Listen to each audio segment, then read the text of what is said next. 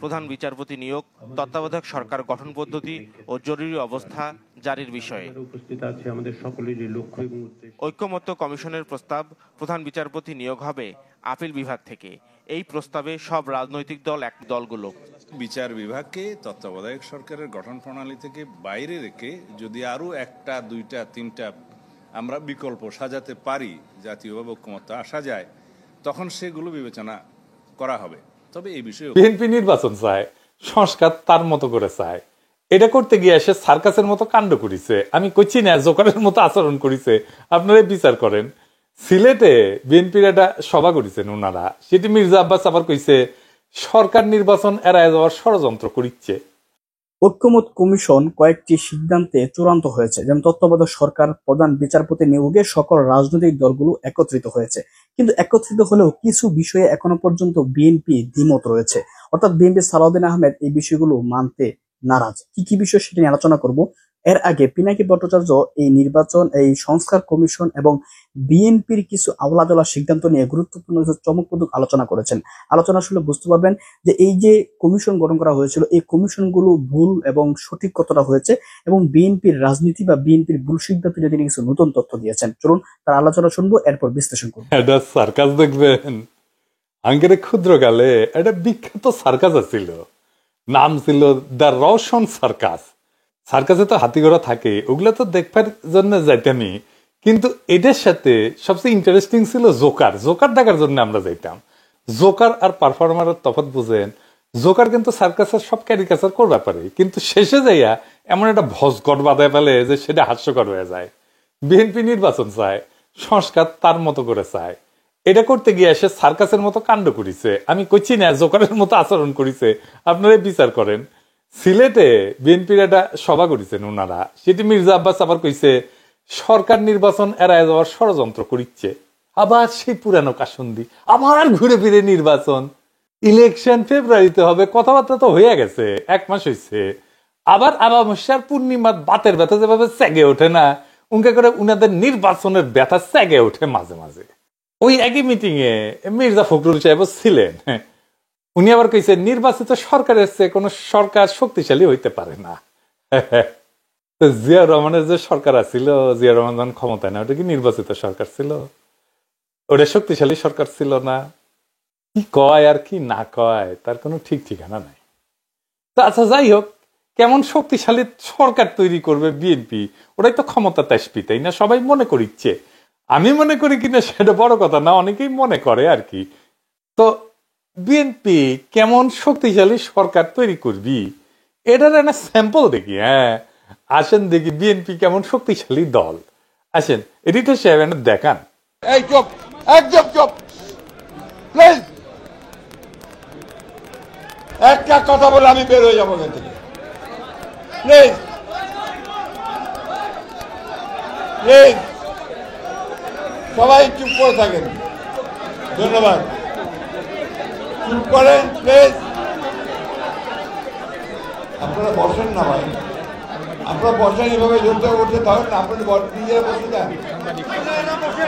নির্বাচিত সরকারের চাইতে শক্তিশালী কোন সরকার হতে পারে না। বিএনপি মানুষকে যেন মানুষ ভালোবাসে, প্লিজ প্লিজ। বক্তা যদি শ্রোতার সঙ্গে আই কন্ট্যাক্ট করতে না পারে, তার বক্তৃতা হয় না। আমার কথাটা বুঝাতে পারছি? এখন দয়া করে একটু চুপ করেন। বিসমিল্লাহির রহমানির রহিম। সিলেট আমার পূর্ণভূমি। সিলেট যখনই আমি সুযোগ পাই, এই চুপ, একদম চুপ প্লিজ। দেখেছেন, নিজের মিটিং এর কর্মীরা কথা শুনে না, বক্তৃতাই দিবার পারে না, আর শক্তিশালী সরকার বানাবি। শখ আছে ভালোই, অনেক সময় না কুজে লোকের না শীত হয়ে শখ হয়, বুঝছাও? তো ওনারা শীত হয়ে শুবার পারবে কিনা জানি না, ভবিষ্যৎ কইতে পারবে। যাই হোক, আর একটা ইস্যু নিয়ে কথা বলি, প্রফেসর ইউনূসের সংস্কার কমিশন নিয়ে। আমি ইচ্ছা করে এগুলো নিয়ে কথা কই নাই, কারণ আগে দেখি তারা কি অশ্বডিম্ব প্রসব করে। তারপর কমু এটা ভাবিছিলাম, তো ডিম্ব তো প্রসব করা শেষ, তো এখন কওয়া যায় তাই না? প্রফেসর ইউনূসের সরকার তো সংস্কার করার জন্য টাইম চায়, তো প্রফেসর ইউনূস স্যার যাকে দায়িত্ব দিচ্ছেন সংস্কার করার জন্য, তারা কেমন রাষ্ট্র বুঝিছেন না একটু দেখি, স্যাম্পল দেখবো একটা আজকে, এটা দেখবো আর কি, বেশি না, বেশি দিলে হার্টফল করতে পারে। আসেন আল্লাহর নামে শুরু করি। তো প্রফেসর ইউনূস স্যার তো অনেক সংস্কার কমিশন করেছিলেন, আমরা চাই দেখলাম। আমি প্রথম দিকে অনেকগুলো ভিডিও করেছিলাম এই নিয়ে, যে আসলে সংস্কার কোন লক্ষ্যে পরিচালিত করতে হবে, কোথায় কোথায় কি সংস্কার করা যায়, এগুলো নিয়ে করেছিলাম। তো ওগুলো আবার কেউ দেখে না, তো ওই যে মানে সুশীল হইলে একটু বেশি লেখাপড়া শিখলে না আমার ভিডিও আবার দেখে না, বুঝছাও। তো যাই হোক, ওদের তো দেখে নাই আর কি। অনেক বড় বড় রিপোর্ট দেখলাম জমা দিছে সবাই। তো এ পুরা কষ্ট করলে পানি পড়ে যাবে স্যার, আমি আগে কয়ে দিলাম। হ্যাঁ, কারণ কেন সংস্কার করে আমরা কি হাতি ঘোড়া করবো, কি অর্জন করতে চাই, এই ধারণাটা পরিষ্কার ছিল না কারো কাছে, যাদের দিয়ে করেছেন আর কি সংস্কার কমিশন। তো আমি এভাবে কথা বলতে চাই না, বললেই যে বলবেন যে বলছে, কইবে হ আপনি সব জানতা, যাই না বসে আছেন। আমি সব জানি না, সব জানতা খোদা তালা। তো কেউ কখনো নিজেকে সব জানতা বলে দাবি করে না, কিন্তু আমি যে কথাগুলো বলি সেগুলো তো খণ্ডাইতে হবে তাই না? খণ্ডাইবেন না, আমলেও নেবেন না, তাইলে তো হবে না স্যার। নারী কমিশন কি কাম করিছে সেটা পাবলিক দেখিছে না স্যার? আপনারা দেখেন নাই বলেন নারী কমিশন কি কাম করিছে? তো এই যে কমিশন গুলা, এরা যে কি বুঝে আর কি প্রডিউস করে সেটা তো আপনারা দেখিছেন। আসেন আজকে আলাপ করি নির্বাচন কমিশন, সংস্কার কমিশনের আলাপ নিয়ে। হ্যাঁ, ভাইবেন না অন্যরা ছাড় পাবেন। হ্যাঁ, ছাড়বো না কাউরে। হ্যাঁ, আমি যখন ধরি কচ্ছপের মতো কামড় দিয়া ধরি, বুঝছাও। বাঙ্গো এলিটারা জায়গাটা ভালসুন, এটা বুঝবার পারবেন আজকে। এইগুলো কিছুই বুঝে না, কিন্তু ভাবেই আম্বিয়া বিশাল বড় বড় রিপোর্ট দিছে, বুঝছাও।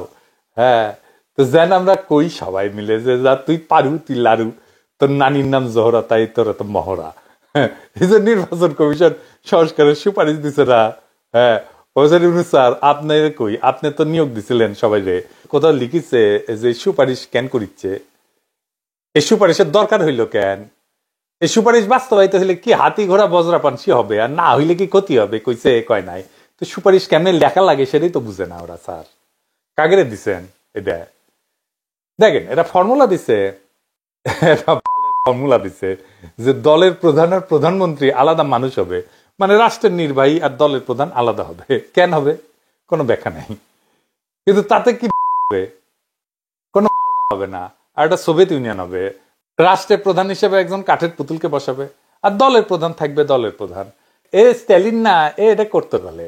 সোভিয়েত ইউনিয়নের প্রেসিডেন্ট কিন্তু স্ট্যালিনের সময় অন্য কেউ ছিল, ওই স্ট্যালিন কলে প্রেসিডেন্ট ছিল না, এটা জানেন। স্ট্যালিন ছিল পার্টি প্রধান আর অন্য কেউ ছিল প্রেসিডেন্ট, ঠিক যেমন এই কমিশন প্রস্তাব করেছে, বুঝছাও। স্ট্যালিন ওইরকম কাঠের পুতুল একজনকে প্রেসিডেন্ট বানাইতো, তারে কেউ চিনত না, কেউ পাত্তাও দিত না, বুঝতো না, আর নিজে থাকতো জেনারেল সেক্রেটারি, পার্টির জেনারেল সেক্রেটারি। এই যে মিখাইল কালিনিন, উই ছিল প্রেসিডেন্ট 1919 সাল থেকে 1946 সাল পর্যন্ত প্রেসিডেন্ট ছিল, বুঝছাও। আসলে ওই অর্থে প্রেসিডেন্ট বলা যায় না, কিন্তু প্রেসিডেন্টের সমতুল্য পদ আর কি, যাই হোক, যেটা আমরা অন্য দেশে প্রেসিডেন্ট বলি আর কি। তারপরে নিকোলাই সোভারনিক, ওই ছিল 1946 থেকে 1953 পর্যন্ত, মানে স্ট্যালিনের মৃত্যুর আগ পর্যন্ত ওই ছিল আনুষ্ঠানিক রাষ্ট্রপ্রধান। তো স্ট্যালিনের মতো স্বৈরাচারের উত্থান কি ঠেকাতে পারছে সোভিয়েত ইউনিয়ন? এটা কইরা এই সিস্টেমই তো ছিল, পার্টি প্রধান আর রাষ্ট্রপ্রধান আলাদা থাকবে, এটাই তো সিস্টেম ছিল। তো এই হইতেছে ওদের ইতিহাস, ওটা জানেও না ইতিহাসে কি হয়েছে, কোন দেশে কি হয়েছে। এরা নাকি ব্যালেন্স অফ পাওয়ার আনবি। হ্যাঁ, এটা আধুনিক রাষ্ট্র চলে তিনটা বড় খুঁটির উপরে, বুঝছাও। এটা হচ্ছে এক্সিকিউটিভ। এক্সিকিউটিভ মানে হচ্ছে ইংরেজি যেহেতু কইছে তাহলে ঠিকই কইছে না। এক্সিকিউটিভ মানে হচ্ছে যারা দেশ চালায়, মানে সরকার। লেজিসলেটিভ মানে যারা আইন বানায়, মানে সংসদ। আর জুডিশিয়ারি মানে যারা বিচার করে, মানে আদালত। তার মানে সরকার, সংসদ, আদালত, এই তিনটা আলাদা জিনিস। এই তিনজন যদি একে অপরের ভুল ধরতে না পারে, তাহলে তারা চাইলে যা খুশি তাই করতে পারবে। আর এই জন্যই দরকার হয় সেকেন্ড ব্যালেন্স, মানে একে অন্যের উপরে নজরদারি করবে, এটাই হইতেছে সেকেন্ড ব্যালেন্স। সমস্যা কোথায়? সমস্যা হচ্ছে বাংলাদেশ সরকার, সংসদ, এই দুইটা একই নির্বাচনে ঠিক হয়ে যায়, বুঝছো। যে দল নির্বাচনে যেতে সে ধর সরকার চালায়, সংসদেও সে সরকার সংখ্যাগরিষ্ঠ হয়, ফলাফল হয় কি সরকার যা খুশি তাই করতে পারে, যেমন বাজেট পাস, ট্যাক্স বসানো, আইন বানানো, কোনো বাধাই নেই কেন, কারণ সংসদও তো তাদের নিজেদের লোক দিয়ে ভর্তি। তো তাইলে এটা কিসের সেকেন্ড ব্যালেন্স হইল? এটা তো হইলো আপনি নিজে বিচারক, নিজে অভিযুক্ত, নিজেই মুক্ত। আসেন এটা দেখি অন্যরা এটা কেমনে করে। আসেন আমি যেটি থাকি ফ্রান্সের, এই ফ্রান্সের একটা এক্সাম্পল দিই। ফ্রান্সের প্রেসিডেন্ট ছিল চার্লস দ্য গল। 1958 সালে নতুন সংবিধান করলেন। উনি বললেন রাষ্ট্রপতি আলাদাভাবে নির্বাচিত হবে, সংসদ সদস্য আলাদা নির্বাচিত হবে, দুইজনের ক্ষমতা আলাদা, হিসাবও আলাদা। ফলে একে অন্যকে সেকেন্ড ব্যালেন্স করতে পারে, কেউ কাউকে পুরোপুরি নিয়ন্ত্রণ করতে পারে না। ফ্রান্সের আগের সিস্টেম করলে আমাদের মতো ছিল, বুঝছাও, কেমন কাম করতো না, ডিসফাংশনাল ছিল। এটা দল সবকিছু কন্ট্রোল করে ফেলতো আর দেশ অচল হয়ে যেত। চার্লস দ্য গল সেটা ভেঙে দিছিলেন। আমেরিকার এক্সাম্পল দেখেন, প্রেসিডেন্ট আলাদা নির্বাচিত হয়, সংসদের 2 কক্ষ, সিনেট আর হাউস, তাও আলাদা ভোটে। এমনকি প্রেসিডেন্টের মেয়াদের মাঝামাঝি সংসদের নির্বাচন হয়, বুঝছাও। মানে প্রেসিডেন্ট আর সংসদ কেউ কারো চাকর না, একজন আর একজনকে নিয়ন্ত্রণ করে। আর বাংলাদেশের এক্সাম্পল দেখেন, একবার ভোট হইলে সংসদও হয়, সরকারও হয়, সরকারের ইচ্ছাতে সংসদ চলে। তাহলে সংসদ আর আলাদা কি? এটা তো তাহলে সরকার একটা জি হুজুর অফিস, তাই হয়েছে। তাই বাংলাদেশের সরকার যা চায় তাই হয়। যেই দেশে একটা ভোটে সরকার ঠিক হয়ে যায়, একটা ভোটে সব ঠিক হয়ে যায়, সেখানে কোনো বালসালের সেকেন্ড ব্যালেন্স হবে না। এগুলো বুয়া কথা, বুঝেই না কেমনে সেকেন্ড ব্যালেন্স করতে হবে। এরা একটা আইডিয়া দিছে, উচ্চ কক্ষ। এটা বিএনপিও করে চায়।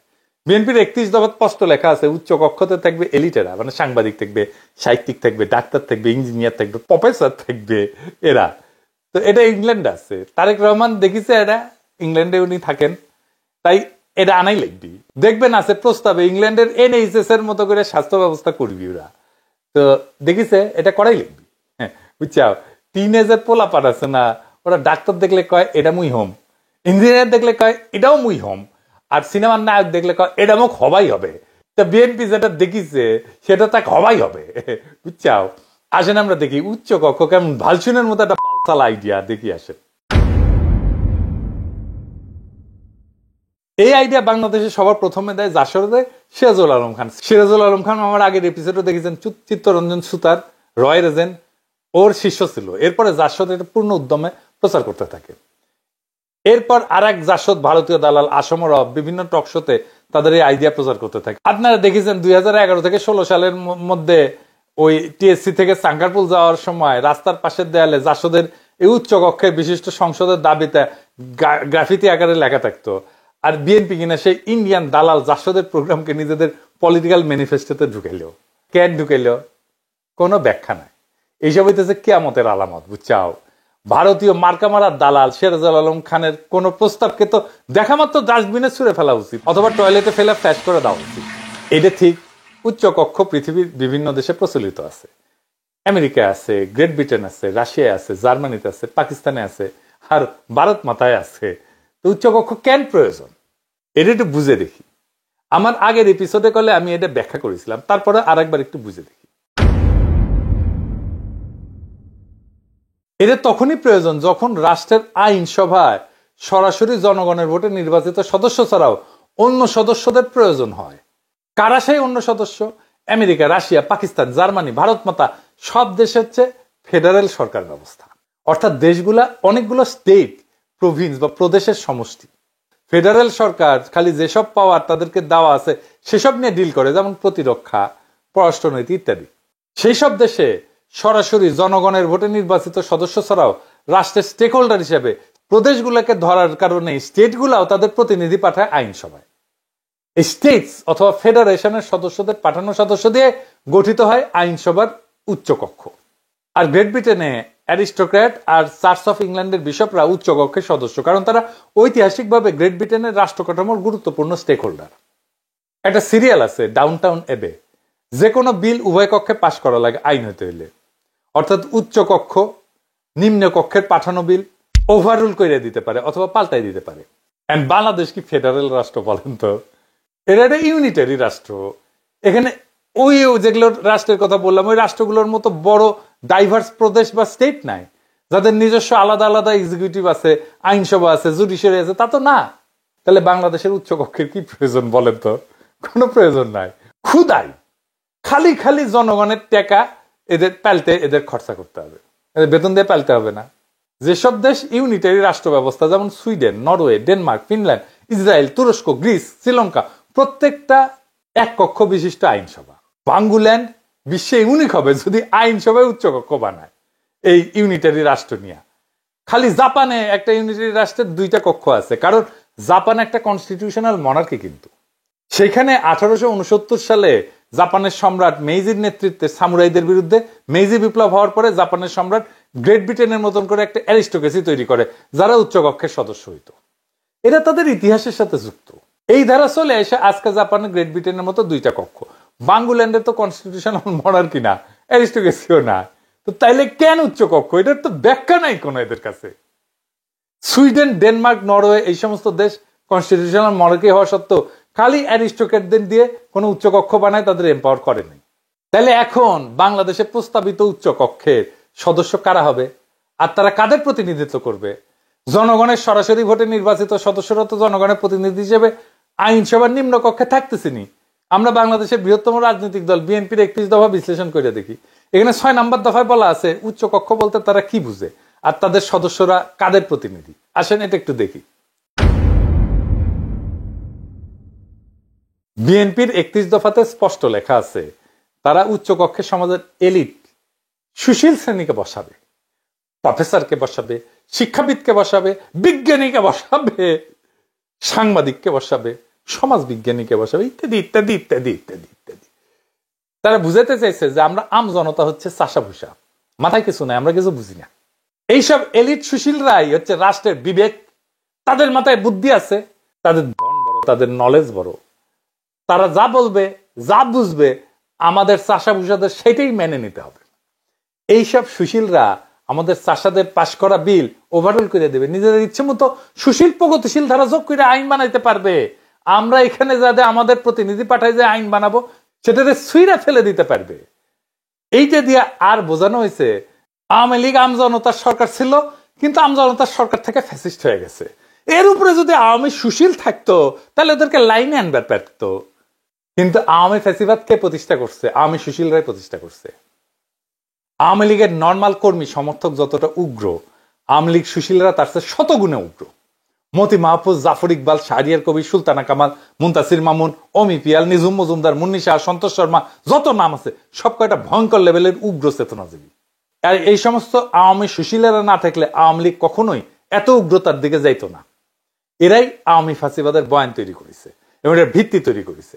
বিএনপি এখন মনে করে যে তাদের সুশীলরা আওয়ামী সুশীলদের চাইতে ভালো হবে, অথবা যেসব সুশীল এখন আওয়ামী লীগ থেকে বিএনপিতে যোগ দেবে তারা আমাদের চাষা ভুষাদের চেয়ে সুপিরিয়র ইন্টেলেকচুয়াল ক্যাপাসিটির অধিকারী হবে।